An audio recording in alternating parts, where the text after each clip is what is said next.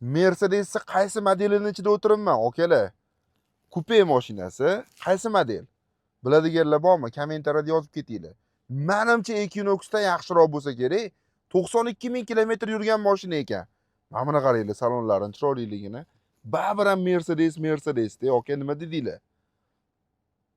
Nima modelligini topdingizmi, aka? Oldidan 213 ga ham o'xshab ketadi, GL ga ham o'xshab ketadi.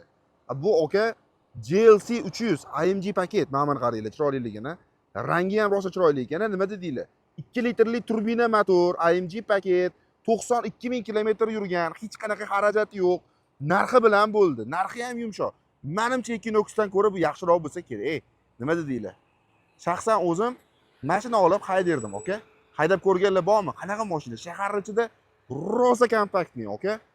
2018-yil 200 tadan ortiq ko'proq AMG diskalada, AMG rul, salon holatlarini ham qarang, sidenalari isiydi. Hamma rejimlari bor. Nima kerak bo'lsa hammasi bor, aka. Narxi nech pul deb o'ylaysiz? Narxini aytishimdan oldin bitta like bosib qo'yinglar. Narxi $33,900, aka. $33,900 realniy pulingiz bo'lsa, Primo egalaridan menimcha et-betidan o'tib berishsa ham kerak, aka. Yaxshi mashina qidirib yurgan tanishingizga bu videoni yuborib qo'yinglar. Manfaatli bo'lsin.